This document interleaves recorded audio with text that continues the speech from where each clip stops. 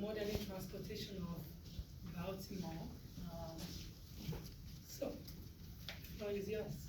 Thank you so much. This is my second time being at this conference, and I wanted to say that it's so special to be here and to be inspired by all of your work and to have the opportunity to present something that I'm also very excited about.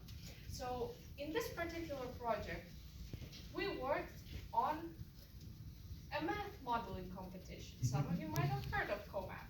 This year's 2025 problems were all very interesting. We chose to work on the one that had to deal with the transportation system of Baltimore.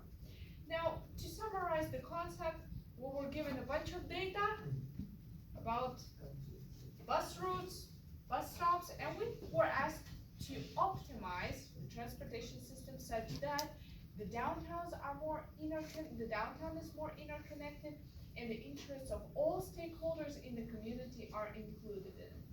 So, in essence, our very short, but still hopefully, we did the best we could with the time that we had. We tried to improve transportation, encourage walking, and reconnect the neighborhoods. All right, now how did we do that?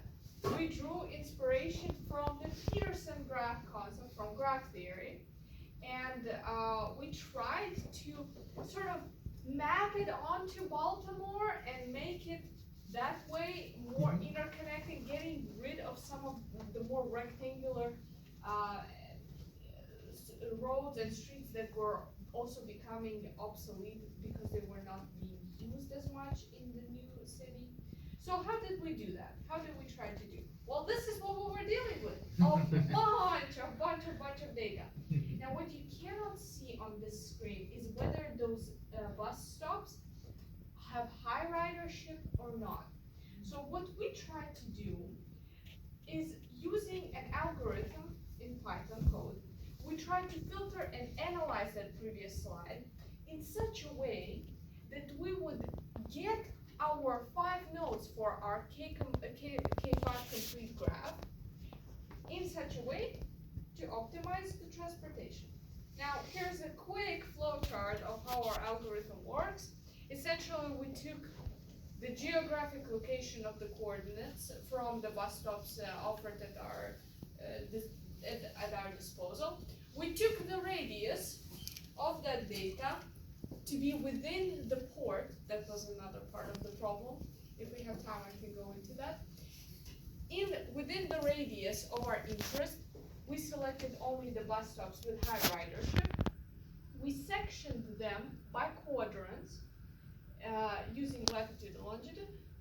We clustered the bus stops that had the highest ridership and were furthest away from the center.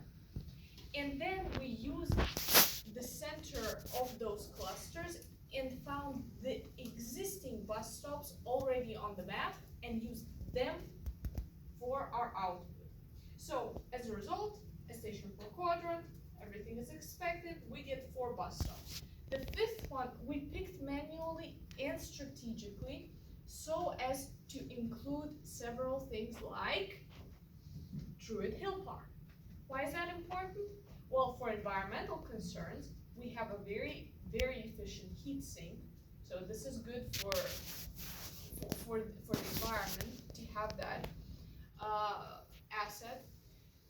On the other hand, we also have, by including it in the middle of our structure, we have the interests of small businesses, of tourism, and everything else that we were required to take into account is fulfilled by having it in there. So that's kind of the reasoning why we wanted it there too.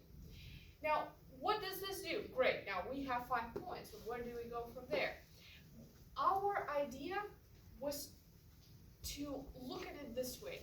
If we optimize public transportation on the outside and encourage walking and cycling on the inside from one bus stop to the other, per se, we hope that that would provide a more efficient transportation system than what currently exists, hopefully fixing some of this area as the problem required of us.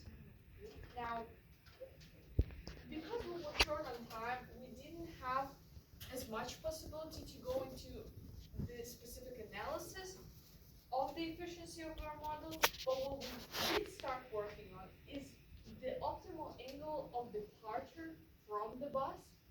Excuse me, reset. So we were trying to calculate if people are walking, where should they get off? If our bus transportation system around these 5 areas is working as well as it could.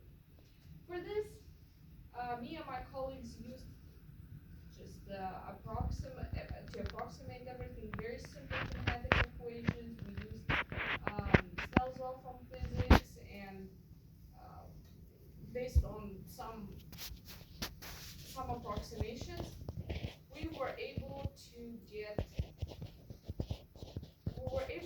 the angle of exit of the person, and that proved, at least so far in our example, to be very efficient. In other words, you can rely on the bus stops, on the proposed model to get you to the workplace fast enough so that you don't have to walk forever. And all of that while still getting the benefits of the heat sink, the environmental cost, and just more interconnected downtown area as we were asked to do. So I hope this has been very inspirational for you. I know this was a very interesting experience for us. Definitely proved to us that we're way more capable of doing math than we thought we were. So thank you so much for your attention, and if you have any questions, I'd be happy to answer them.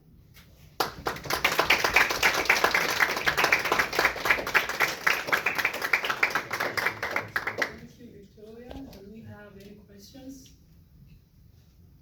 Oh, Can you do some kind of study for Atlanta transportation? It's so dysfunctional. I'd be happy to Like do the that whole next. city will love you. oh, this. Yeah, go first. I was gonna ask, whenever you say like angle of the person, so is that like just how they're getting off of the bus stop compared to the other bus stops around them? Close, but not exactly. So, given these bus stops, say, we said, oh, okay, tourists, it's profitable for tourists, it's profitable for small businesses, but does this model actually take into account the interests of people who have to get to work over there? And the question is, well, is it efficient in terms of time, for example, time for them to get to their workplace? Are we sacrificing, in other words, the time that it takes for them to get to work?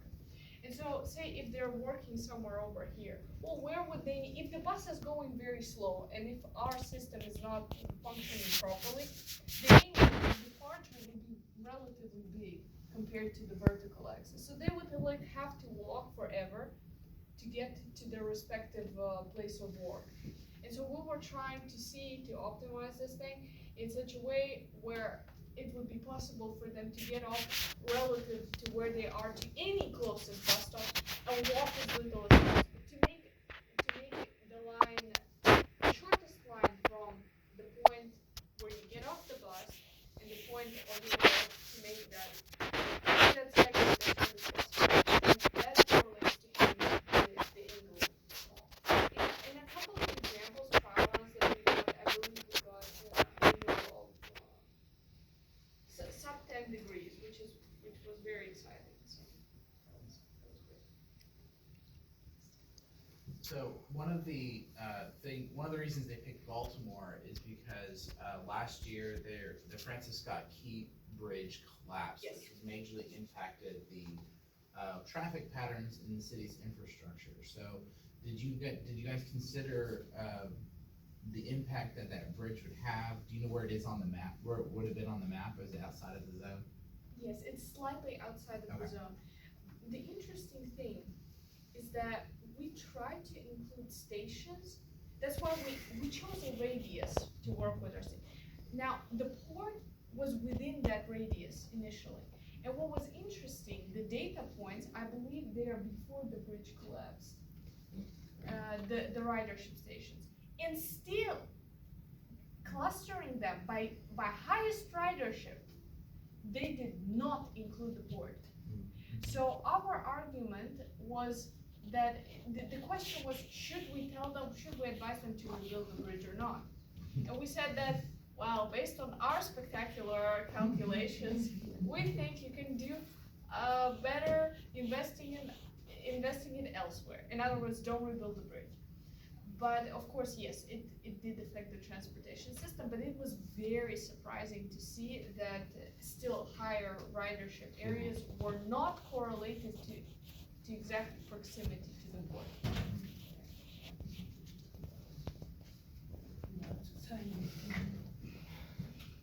Other questions? Thank you.